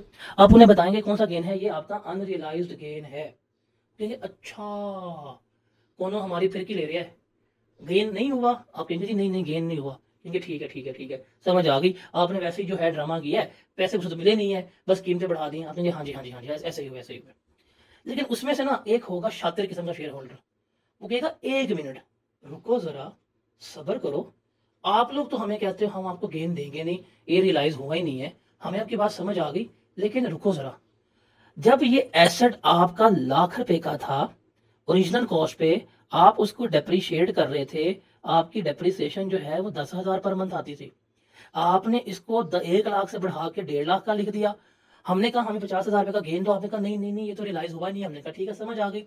लेकिन अब आप इसको डेप्रिशिएट करते हो, इसकी डेप्रिसिएशन कितनी आती है, 21,429। अब हमें पता है कि जो भी हमारे पास ग्रॉस प्रॉफिट आया होगा, उस ग्रॉस प्रॉफिट में से ये डेप्रिसिएशन जो है वो एज अ एक्सपेंस लेस हुई होगी, तो फिर मेरे पास क्या आया होगा, नेट प्रॉफिट। अब ये कहेंगे कि आप डेप्रिसिएशन पहले इतनी लेस कर रहे थे, हमारा प्रॉफिट ज्यादा था, अब आपने डेप्रिसिएशन ये लेस की है, हमारा तो प्रॉफिट कम हो गया, बिकॉज रीवैल्यूएशन की वजह से वैल्यू बढ़ी है, वैल्यू बढ़ने की वजह से हमारा प्रॉफिट जो है वो कम हो गया। ये कितना कम हुआ, आप उन्हें कहेंगे बेटा इधर देख, अगर ये तूने कभी भी डेप्रिशिएट ना किया होता तो ये आनी नहीं थी, सॉरी रीवैल्यू ना किया होता ये आनी नहीं थी, इसकी वजह से इतनी तुमने ज्यादा डेप्रिसिएशन जो है वो चार्ज की है, तो ये तुमने ज्यादा डेप्रिसिएशन चार्ज की है, इस अमाउंट से, इस रकम से हमारा प्रॉफिट क्या आया है, कम आया है।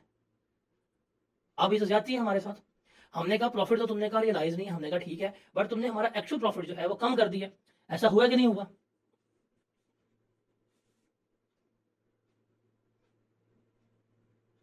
तो ज्यादती है कि नहीं।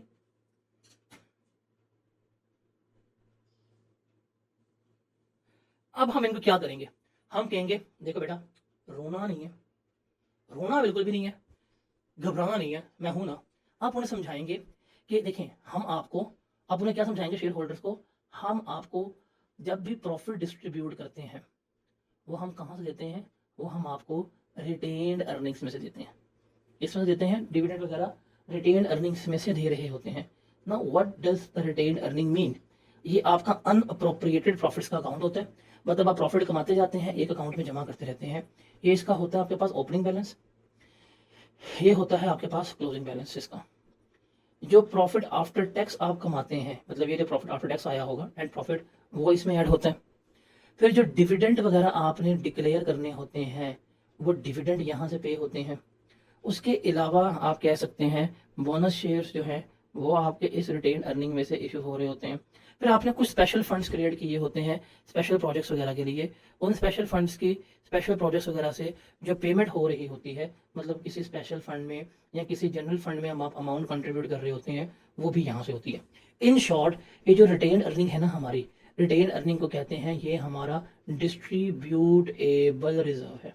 ये हमारा क्या है, ये हमारा डिस्ट्रीब्यूटेबल रिजर्व है। इसमें से हम सारी रकम जो है वो तकसीम कर रहे होते हैं। हम उन्हें कहते हैं हमने तो आपको देना है यहाँ से प्रॉफिट। अब आप क्या कह रहे हैं कि हमने आपकी डेप्रिसिएशन ज़्यादा कर दी। अगर आपकी डेप्रिसिएशन ज़्यादा हुई है तो आपका प्रॉफिट कम हुआ। हमने यही कम प्रॉफिट है कहाँ लिखा हुआ था, रिटेन अर्निंग में लिखा हुआ था। हम कहेंगे घबराना नहीं है, फिक्र नहीं करनी। क्यों? क्योंकि हमारा ये अकाउंट बना हुआ है रीवैल्यूएशन सरप्लस का, जो अनरियलाइज्ड गेन है। ये है आपका किसका अकाउंट, रीवैल्यूएशन सरप्लस का। ये ओपनिंग बैलेंस होगा, ये क्लोजिंग बैलेंस होगा, ये जो आपकी revaluation surplus for the year आया है वो आ जाएगा। वो क्या करेंगे, वो कहेंगे हम हर साल, क्या कहेंगे, हम हर साल देखेंगे कि हमारी इंक्रीमेंटल डेप्रिसिएशन कितनी है। क्या देखेंगे, हमारी इंक्रीमेंटल डेप्रिसिएशन कितनी है। अब वो कैसे फाइंड आउट करेंगे कि अगर एसेट कभी भी रिवैल्यू ना होता, कितनी थी 10,000, अब कितनी आई है 21,000, इजाफी कितनी आई है, एक्स्ट्रा कितनी आई 11,000। कहेंगे हम 11,429 रुपये जो है वो इस सरप्लस से निकालेंगे हर साल के एंड के ऊपर, और कहाँ डाल देंगे, आपकी रिटेन अर्निंग में डाल देंगे। मतलब जो रिटेन अर्निंग है वो हमारी डेबिट हो रही होगी, सॉरी रिटेन अर्निंग जो है हमारी क्रेडिट हो रही होगी, और रीवैल्यू सरप्लस जो है वो डेबिट हो रहा होगा। तो जिस अमाउंट से आपका नेट प्रॉफिट कम हुआ था, हम उसी अमाउंट से क्या करेंगे, आपकी रिटेन अर्निंग जो है बढ़ा देंगे, ताकि आपको ये फील ना हो कि आपके ऊपर जो है वो ज्यादती हो गई है या आपके साथ ये कुछ हुआ है। हम ऐसा कुछ नहीं होने देंगे, ठीक है। तो ये क्या होती है, ये हम इसको यहाँ पर लेके चल रहे होते हैं। तो हमें यहाँ पे क्या निकालनी होती है, इंक्रीमेंटल डेप्रिसिएशन निकालनी होती है। इंक्रीमेंटल का मतलब क्या है, इजाफी डेप्रिसिएशन। वो जो इजाफी डेप्रिसिएशन होगी वो हम क्या करेंगे, सरप्लस में से कम करेंगे, रिटेन अर्निंग में डाल देंगे। जब रिटेन अर्निंग में आ गई तो प्रॉफिट सारा बैलेंस हो गया, अब इनका गिला जो है वो खत्म हो जाएगा। ये जो अमल है, ये जो अमल है जिसमें से हम रीवैल्यूएशन सरप्लस से उठा के रिटेन अर्निंग में डाल रहे होते हैं, इसको हम कहते हैं रियलाइजेशन ऑफ रीवैल्यूएशन सरप्लस। इसे कहते हैं, क्या कहते हैं, रियलाइजेशन ऑफ रीवैल्यूएशन सरप्लस। अब जो हम स्टैंडर्ड पढ़ रहे हैं IAS 16, उसमें ये अलाउ है बट कंपलसरी नहीं है। लेकिन हमारा कंपनीज एक्ट जो है पाकिस्तान में कहता है वो कंपलसरी है कि आपने सरप्लस से रिटेन अर्निंग में अमाउंट जो है हर ईयर एंड पे ट्रांसफर करनी होती है। तो ये हमारी आखिरी चीज़ है, इसको समझ आई।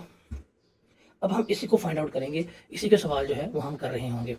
तो ये जो हम रियलाइजेशन कर रहे होते हैं इसके दो तरीके होते हैं। इसको जब भी हमने रियलाइज करना है इसके दो तरीके हैं।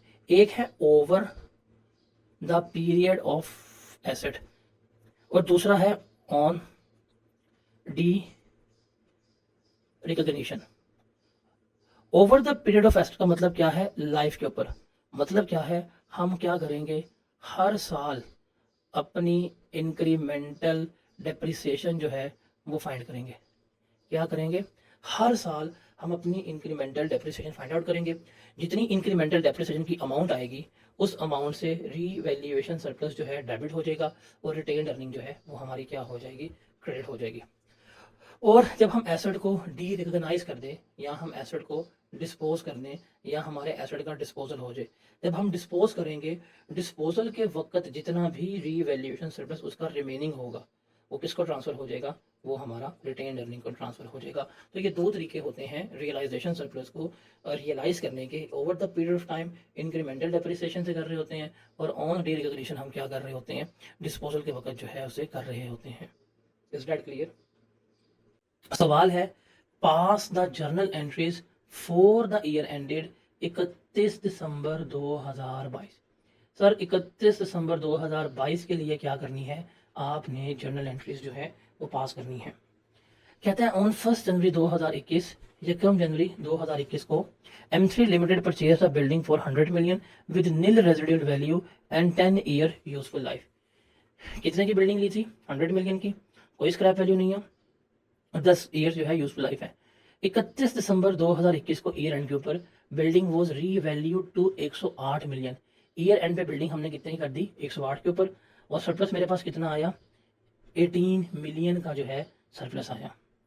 M3 लिमिटेड पॉलिसी क्या है? M3 लिमिटेड की transfer maximum possible revaluation surplus to retained earning on annual basis, कि हर साल सरप्लस जो है वो किस में ट्रांसफर होगा? रिटेन्ड अर्निंग में होगा, इंक्रीमेंटल डेप्रिसिएशन पे। On 31 December 2022, due to slump in the property market, the building was again revalued, but this time the worth was only 55 million. कितनी वर्थ है? 55 मिलियन है। हमने इसकी जर्नल एंट्री पास करनी है 31 दिसंबर 2022 के लिए। अब चूंकि अभी आप इतने प्रोफेशनल नहीं होंगे, हम इसकी ओवर द लाइफ सारी एंट्रीज पास करेंगे, बट आगे जाके आप इस काबिल हो जाएंगे कि आप टू बी एग्जैक्टली इस दिन की जर्नल एंट्रीज जो है वो पास कर सकते हैं। तो ये सवाल पढ़ के समझ आइए, सवाल क्या?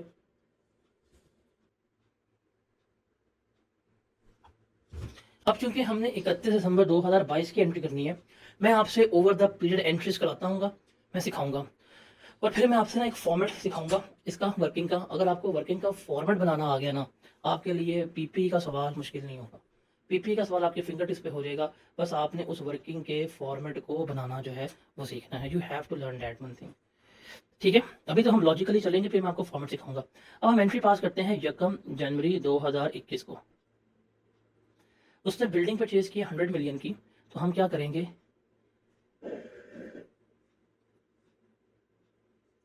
बिल्डिंग अकाउंट जो है हमारा वो डेबिट हो जाएगा, कितने मिलियन से? 100 मिलियन से। और हमने परचेज की है, बैंक हमारा क्या हो जाएगा? 100 मिलियन से क्रेडिट हो जाएगा। पहली एंट्री तो हमारी ये पास होगी। Is that clear to everyone?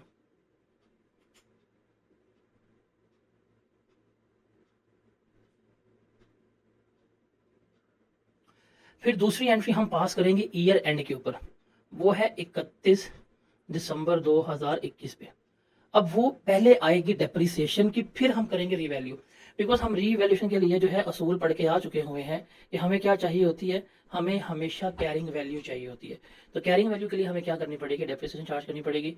Depreciation expense debit. अब मुझे पता है 100 मिलियन की बिल्डिंग है, 10 पे डिवाइड किया तो 10 डेप्रिसिएशन आ गई, और एक्यूमुलेटेड डेप्रिसिएशन जो है वो मेरी क्रेडिट हो जाएगी। तो ये हम एंट्री पास करेंगे डेप्रिसिएशन की। ये क्लियर है?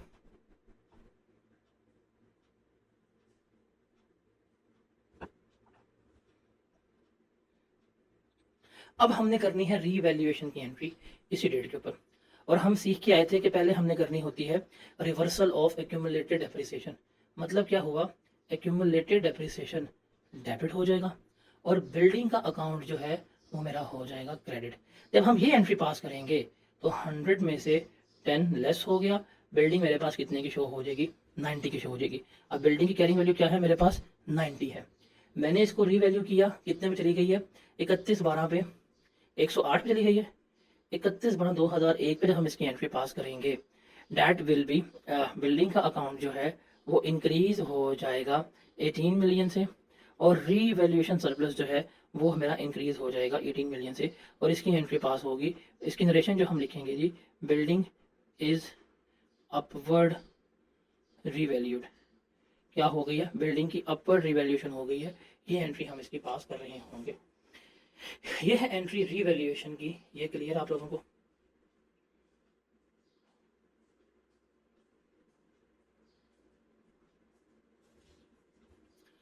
अब उसके बाद हम चलते हैं आगे।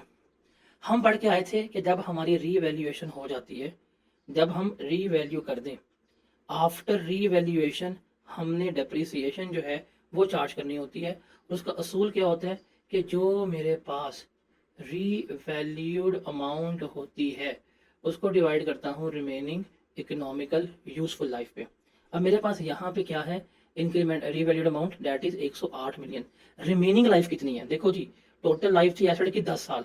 टोटल लाइफ कितनी थी? 10 साल। ये 1 साल मेरा एसेट इस्तेमाल हो गया था जब मैंने रीवैल्यू की, तो 1 साल लेस करवाया। रिमेनिंग लाइफ कितनी आई है? मेरे पास 9 साल आई है, तो इसको 9 पे डिवाइड कर दूंगा तो आंसर क्या आएगा? 12 तो अब जो इसकी बनेगी डेप्रिसिएशन वो कितनी बनेगी, 12 मिलियन बन रही होगी। ये पॉइंट क्लियर है, ये पॉइंट समझ आया।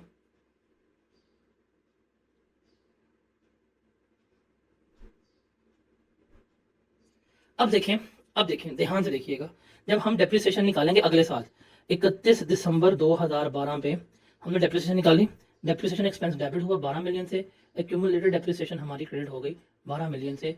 ये मेरा डेप्रिसिएशन फॉर द ईयर आ गई, ऐसे ही है।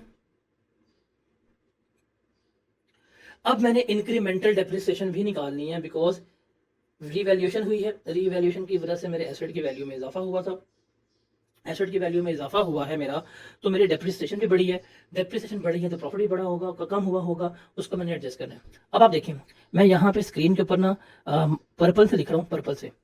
जब एसेट अपनी ओरिजिनल कॉस्ट पे था, ओरिजिनल कॉस्ट को कहते हैं हिस्टोरिकल कॉस्ट अमाउंट, HCA क्या कहते हैं, हिस्टोरिकल कॉस्ट अमाउंट, कि अगर ये एसेट कभी भी रीवैल्यू ना हुआ होता तो इसकी ओरिजिनल कॉस्ट कितनी होनी थी, दैट वाज 100। ओरिजिनल कॉस्ट के ऊपर इसकी डेप्रिसिएशन कितनी आनी थी, 10। कितनी आनी थी, 10 आनी थी। हमने इसे क्या किया, रीवैल्यू किया, रीवैल्यू करने की वजह से वैल्यू बढ़ी, वैल्यू बढ़ने की वजह से डेप्रिसिएशन बढ़ी। अब डेप्रिसिएशन कितनी आ रही है, 12, पहले कितनी थी, 10। अगर ये कभी भी डेप्रिशिएट ना हुआ होता, इसकी कितनी आनी थी वैल्यू, 10 ही आनी थी, अब कितनी आ गई है, 12। तो इंक्रीमेंटल डेप्रिसिएशन, ज्यादा इजाफी डेप्रिसिएशन कितनी आई है, 2 नहीं आई। ये 2 एक्स्ट्रा क्यों आया है, बिकॉज मेरा एसेट जो है वो रीवैल्यू हुआ था अपवर्ड, उसकी वैल्यू में इंक्रीज हुआ था, उसके वैल्यू में इंक्रीज होने की वजह से मेरा ये डेप्रिसिएशन में इंक्रीज आया है, इसे हम क्या कहते हैं, इंक्रीमेंटल डेप्रिसिएशन। अब ये 2 से इसकी डेप्रिसिएशन जो है वो इंक्रीज हुई होगी, 2 से मेरा प्रॉफिट जो है कम हुआ होगा। अब मैंने इसको रियलाइज करना है, तो रियलाइज करने का फॉर्मूला क्या होगा, मैं रीवैल्यूएशन सरप्लस को, ये जो हमने अभी 2 निकाला है, इसको डेबिट कर देंगे, और रिटेन अर्निंग जो है इसको क्या कर देंगे, क्रेडिट कर देंगे, तो ये मेरी अमाउंट क्या हो जाएगी, रियलाइज हो जाएगी। ये है proper logical answer.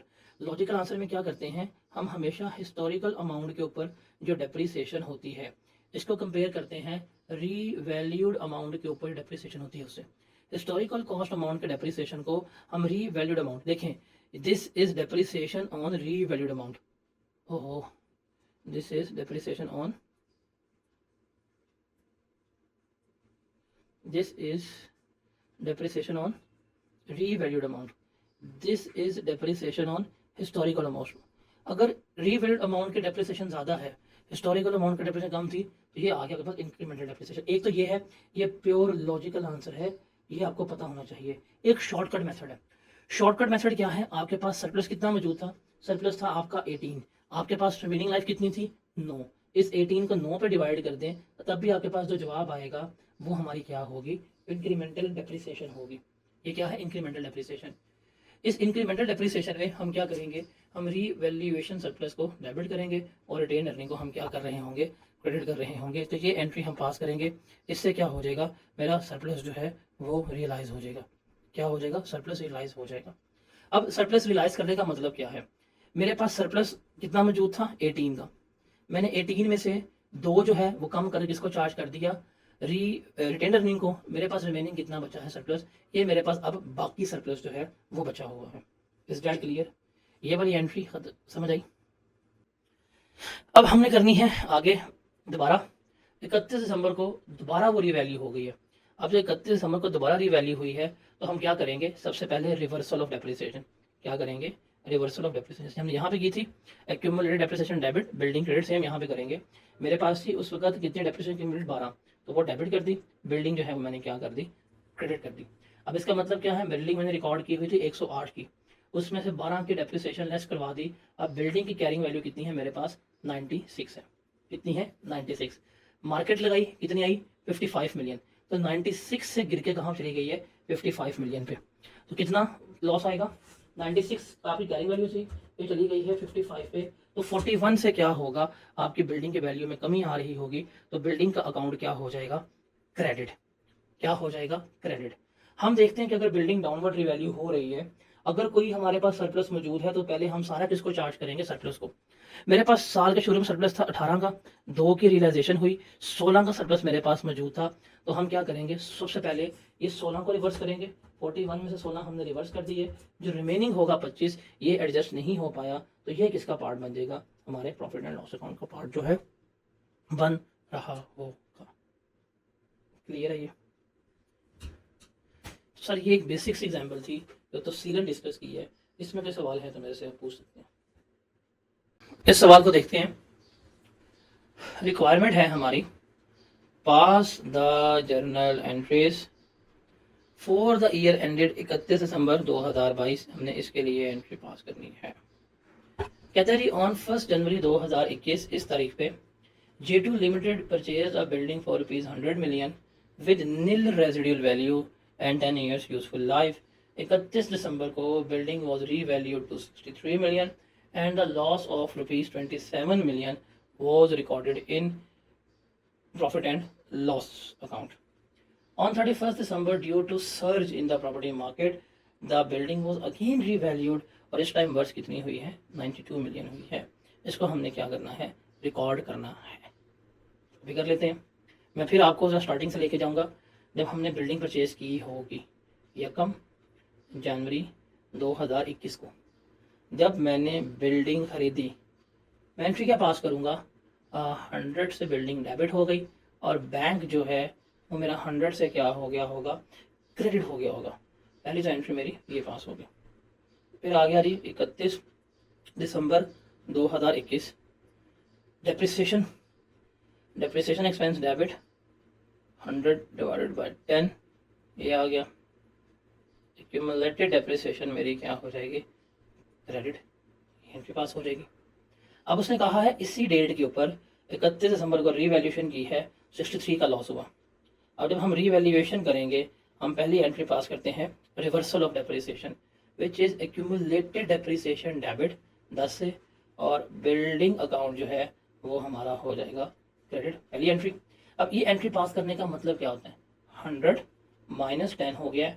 Book value क्या है? कैरिंग वैल्यू क्या है? 90 की है। अब हम करेंगे रीवैल्यूएशन 31/12/2021 को। मेरी एसेट की वैल्यू है 90, मार्केट लगवाई कितनी होगी? 63 हो गई है। कितनी हो गई है? 63। तो 90 माइनस 63 किया 27 से मेरे एसेट की वैल्यू कम हो रही है, तो बिल्डिंग अकाउंट जो है 27 से क्या हो जाएगा? क्रेडिट। अब ये फर्स्ट टाइम ही हमने रीवैल्यू किया है और फर्स्ट टाइम ही हमारा लॉस हो गया है। हमने फर्स्ट टाइम किया है और फर्स्ट टाइम ही क्या हो गया? हमारा लॉस हो गया है। अब जब हमें फर्स्ट टाइम लॉस हो तो हम किसको चार्ज करते हैं? प्रॉफिट एंड लॉस अकाउंट को। और हम किसको चार्ज कर देंगे? प्रॉफिट एंड लॉस अकाउंट को जो है वो क्या कर रहे होंगे? चार्ज कर रहे होंगे। Is that clear?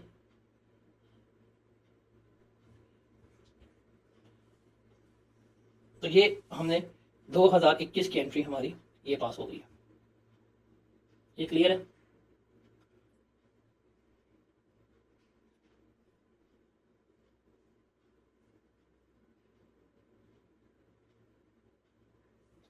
अब चलते हैं 2022 में।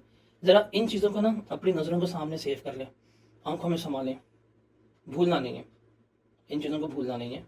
अब हम चलते हैं अगला डाटा 2022 में। अब जब 2022 आया मैंने अपनी बिल्डिंग को रीवैल्यू किया हुआ था और उसकी रीवैल्यूड अमाउंट जो है वो मेरे पास कितनी थी? 63। अब मैंने इसको यहाँ पे लेके चलना है। 31 दिसंबर 2022 को डेप्रिसिएशन जो है वो चार्ज होगी 63, उसकी लाइफ थी और वैल्यू थी। रिमेनिंग लाइफ पे देखो, टोटल लाइफ थी हमारी 10 साल। एक साल 21 में हमारा एसेट इस्तेमाल हो गया, तो 10 - 1 करेंगे, कितनी आई रिमेनिंग? 9 साल। 9 पर डिवाइड करेंगे तो ये क्या आएगा? 7। तो 7 से इसकी डेप्रिसिएशन एक्सपेंस डेबिट और एक्यूमुलेटेड डेप्रिसिएशन जो है वो क्रेडिट हो जाएगी। ये एंट्री क्लियर है? इसके समझ आइए।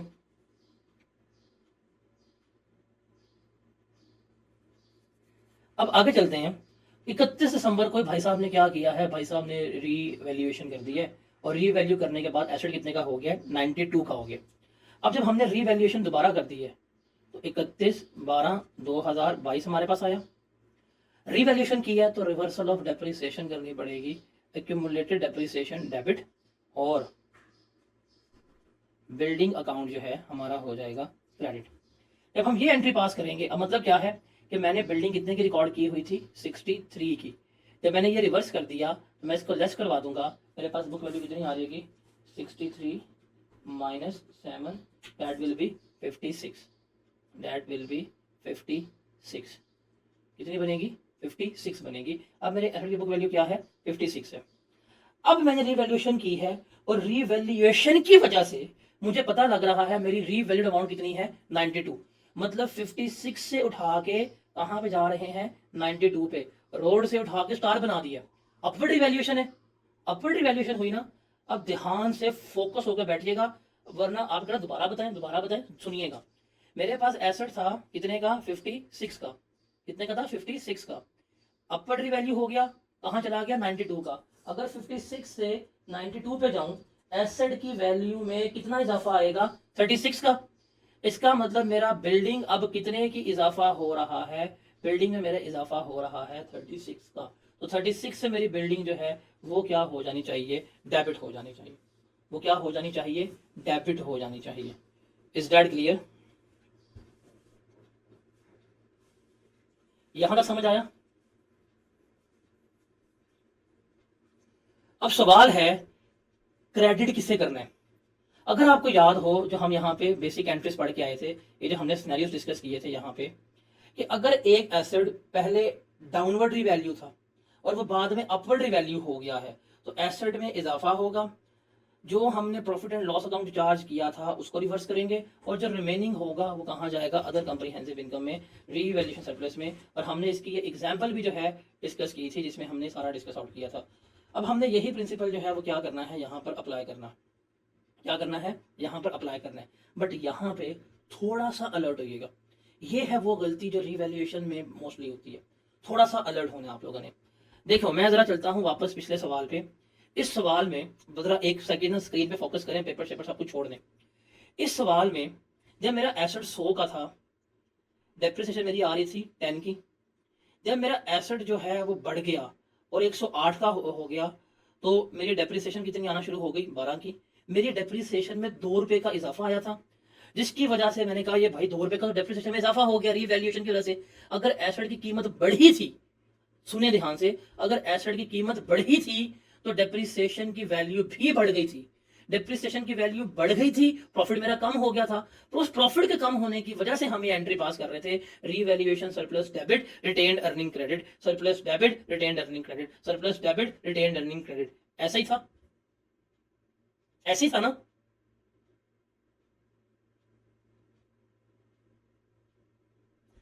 अब इस सवाल में आए, इस सवाल में ध्यान से आइएगा।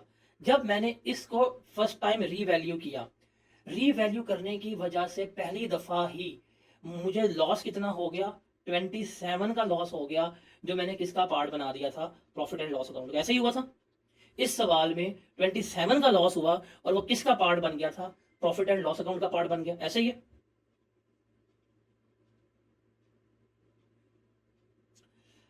अब इसको रीवैल्यू करने की वजह से मेरे पास रीवैल्यूड अमाउंट आई 63 और डेप्रिसिएशन कितनी आई है 7। ध्यान करें, डाउनवर्ड रीवैल्यू करने की वजह से डेप्रिसिएशन कितनी आई है 7। अब अगर ये एसेट कभी भी रीवैल्यू ना हुआ होता, हिस्टोरिकल कॉस्ट पे चलते, ओरिजिनल कॉस्ट थी 100, 10 पे डिवाइड करते, 10 इसकी डेप्रिसिएशन आनी थी, मतलब 10 रुपए का खर्चा होना था। हमने इसको रीवैल्यू कर दिया, रीवैल्यू करने की वजह से इसकी रीवैल्यूड अमाउंट आई है 63, रिमेनिंग लाइफ है 9, डिवाइड किया, डेप्रिसिएशन कितनी आई है 7। इस डाउनवर्ड रीवैल्यूएशन की वजह से डेप्रिसिएशन में कमी आई है कि डेप्रिसिएशन में इजाफा हुआ है। इसकी वजह से अगर ये एसेट कभी भी रीवैल्यू ना हुआ होता, ये एसेट कभी भी रीवैल्यू ना हुआ होता, तो इसकी डेप्रिसिएशन ये आनी थी। अब इसकी डेप्रिसिएशन ये आ गई है, तो डेप्रिसिएशन 10 से कम होकर 7 हो गई है। अब डेप्रिसिएशन में कमी आना, अगर डेप्रिसिएशन मेरी यहाँ पे 3 से कम हो रही है, डेप्रिसिएशन कम होने का मतलब है एक्सपेंस कम होना, एक्सपेंस कम होने का मतलब है प्रॉफिट होना, बेनिफिट होना। 3 से मेरा बेनिफिट जो है वो बढ़ गया है। ऐसे ही है, ऐसे ही है। ये बेनिफिट है कि नहीं, सारे इसे एग्री करते हैं कि नहीं करते? ये 3 का बेनिफिट आपको समझ आया? अब हम क्या करेंगे, अब यहां पे देखिएगा, जब ये एसेट डाउनवर्ड रिवैल्यू हुआ था, इसके ऊपर 27 का लॉस आया था। जब ये asset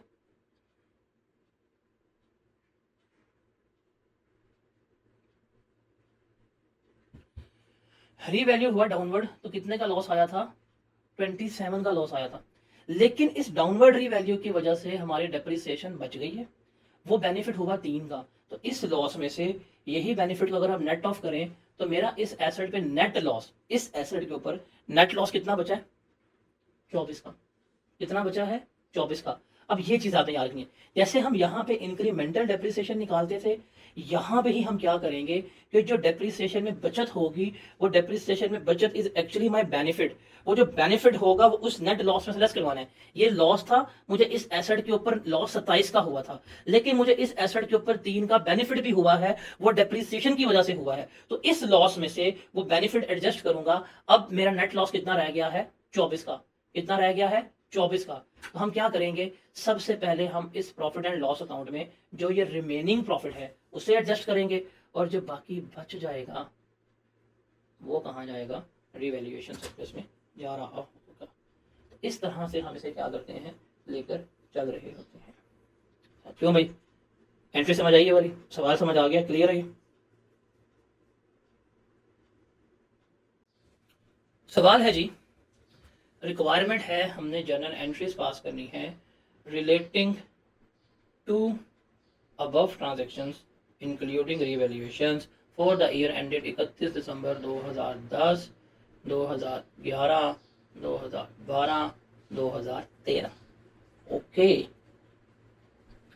Ali Limited uses the revaluation model for subsequent measurements of its property, plant and equipment, and has a policy of revaluing its assets on annual basis using a net replacement value method. मैं आपको एक चीज बता दूं, जब उसने ये line लिख दी है ना, जब उसने ये लाइन लिख दी है नेट रिप्लेसमेंट वैल्यू मेथड, जब उसने ये वर्ड इस्तेमाल कर दिया है, तो आप लोगों को reversal of depreciation, reversal of accumulated depreciation ये लाजमी शो करना पड़ेगा। अगर आप ये शो नहीं करेंगे, you are going to lose your marks. क्या करेंगे? आपके मार्क्स जो हैं वो लूज हो रहे होंगे। तो ये जो है वो आप लोगों ने लाजमी करना है। ठीक है, सवाल है, the following information pertains to L's building. ठीक है, the building was purchase on 1 January 2010 for ₹200 million with expected useful life of 10 years. AL depreciate building on straight line basis over the useful life. The result of revaluations carried out during the last 3 years by standard valuation services. जिसने value किया है वो कौन है? Standard valuation services वाले हैं। Independent form of values है। उसने बताया कि पहले साल मतलब यकम जनवरी, अब 31 दिसंबर 2010 हो या यकम जनवरी 2011 हो, पहले साल की जो रीवैल्यूड अमाउंट है 280 है, दूसरे साल पे 170 है और तीसरे साल पे 180 है। इसकी हमने रीवैल्यूएशन जो है वो पास आउट करनी है। सवाल समझ आया? अब देखिए, पहले साल आपने बिल्डिंग ली, 2010 की बात करता हूँ, बिल्डिंग ली, 200 से बिल्डिंग डेबिट हो गई, बैंक 200 से क्रेडिट हो गया, बिल्डिंग इज परचेज्ड। फिर ईयर एंड आया, आपने डेप्रिसिएशन चार्ज की, 200 बिल्डिंग की कॉस्ट थी, लाइफ पे डिवाइड किया, डेप्रिसिएशन एक्सपेंस डेबिट हो गया और एक्यूमुलेटेड डेप्रिसिएशन जो है क्रेडिट हो गई। ईयर एंड पे ऊपर ये एंट्री हमारी पास हो गई। ये वाली एंट्री सबको क्लियर है? ये वाली एंट्री सबको क्लियर है? अब अगला साल आया, हमने क्या करनी है? हमने रीवैल्यूएशन करनी है और वो हमारी बिल्डिंग की वैल्यू कितनी हो गई है? 280 हो गई है। तो जब रीवैल्यू करेंगे, उसने हमें बता दिया है नेट रिप्लेसमेंट वैल्यू मेथड है। हम क्या करेंगे? हम एक्यूमुलेटेड डेप्रिसिएशन को डेबिट करेंगे। हम क्या करेंगे? एक्यूमुलेटेड डेप्रिसिएशन को डेबिट करेंगे और बिल्डिंग को क्या कर देंगे? क्रेडिट कर देंगे। जब हम ये एंट्री पास करेंगे तो इसका मतलब हमारी बिल्डिंग क्या हो गई है? वो हमारी कम हो गई है। अब इसका मतलब क्या है? ये बिल्डिंग मैंने कितने की ली थी? 200 की। जब मैंने डेप्रिसिएशन रिवर्स कर दिया 20 की, अब उसकी कैरिंग वैल्यू कितनी है? 180 है। अब वो 180 से बढ़ के कहाँ चली गई है? 280 पे चली गई है। तो बिल्डिंग में इंक्रीज हो रहा है। क्या हो रहा है? बिल्डिंग में इंक्रीज हो रहा है। कितने से? 100 से। तो 100 से बिल्डिंग डेबिट हो जाएगी और 100 से रीवैल्यूएशन सरप्लस जो है वो हमारा क्रेडिट हो जाएगा। तो ये यकम जनवरी 2021 की एंट्री है। ये वाली एंट्री सबको समझ आ गई है? अब आया हमारे पास 31 दिसंबर 2011, हमने क्या करनी है? डेप्रिसिएशन चार्ज करनी है। अब मेरे पास बिल्डिंग की फेयर वैल्यू कितनी है? 280। हमेशा फेयर वैल्यू को, हमेशा री वैल्यू को रिमेनिंग इकोनॉमिकल यूजफुल लाइफ पर डिवाइड करते हैं। अब बिल्डिंग की टोटल लाइफ थी 10 साल, एक साल चल गया, देखो 10 एकम को ली, 31 दिसंबर तक एक साल वो चल गया था। अब एक साल चलने के बाद हुआ री वैल्यू, तो 1 लेस कर दें, रिमेनिंग लाइफ कितनी है 9, तो 280 को 9 पे डिवाइड किया, आपके पास डेप्रिसिएशन आगे for the year, depreciation expense debit और एक्यूमुलेटेड डेप्रिसिएशन जो है वो क्रेडिट हो गई। ये वाली एंट्री समझ आइए आप लोगों को। अब जब हम डेप्रिसिएशन चार्ज करेंगे, डेप्रिसिएशन चार्ज करते साथ ही हमने क्या करनी है, हमने जो हमारी इंक्रीमेंटल डेप्रिसिएशन है वो भी तो निकालनी है। अब इंक्रीमेंटल डेप्रिसिएशन निकालने का एक तो है हमारे पास शॉर्टकट। शॉर्टकट क्या है, कितना सरप्लस था 100 का, रिमेनिंग लाइफ कितनी थी हमारे पास 9 साल, इसको 9 पे डिवाइड कर दें तो आपके पास सरप्लस आ जाएगा, कितना बनता है, that is 100 minus divided by 9, तकरीबन 11, राउंड ऑफ करके 11 जो है वो सरप्लस आ रहा है। एक तो ये शॉर्टकट मेथड है, एक है लॉजिकल मेथड। लॉजिकल मेथड क्या है, यहाँ देखें, यहाँ पे जब एसेट कभी भी डेप्रिशिएट नहीं हुआ तो उसके हिस्टोरिकल कॉस्ट अमाउंट के ऊपर डेप्रिसिएशन कितनी आ रही थी 20, अब कितनी आई है 31, 20 से बढ़ के 31 पे चली गई डेप्रिसिएशन, कितना इजाफा आया है 11 का इजाफा आया है। तो ये है आपकी इंक्रीमेंटल डेप्रिसिएशन, 11 से रीवैल्यूएशन सरप्लस डेबिट हो जाएगा और 11 से रिटेन अर्निंग जो है वो क्या हो जाएगी क्रेडिट। इसका मतलब मेरे पास सरप्लस 100 का पड़ा हुआ था, 11 का लेस हो गया, बाकी मेरे पास सरप्लस कितने का बचा है 89 का सरप्लस बचा है। ये वाली एंट्री क्लियर है।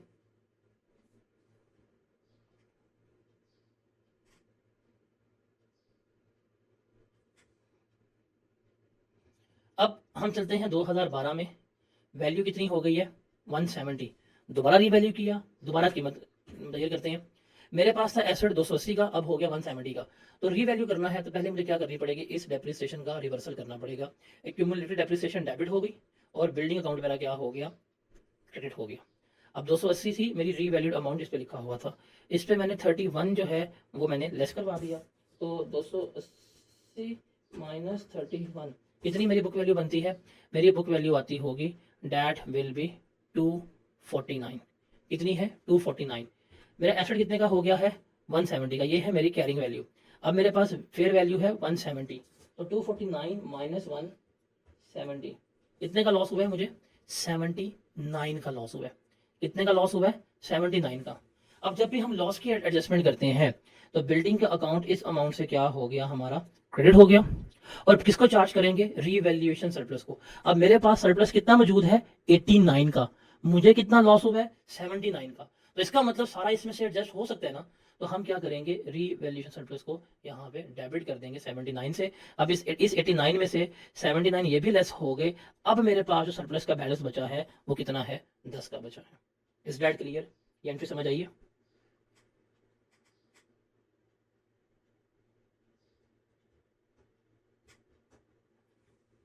अब मेरे पास आ जाएगा 31 दिसंबर 2012, एसेट की वैल्यू कितनी हो गई है 170, इसको डिवाइड करना है रिमेनिंग लाइफ पे।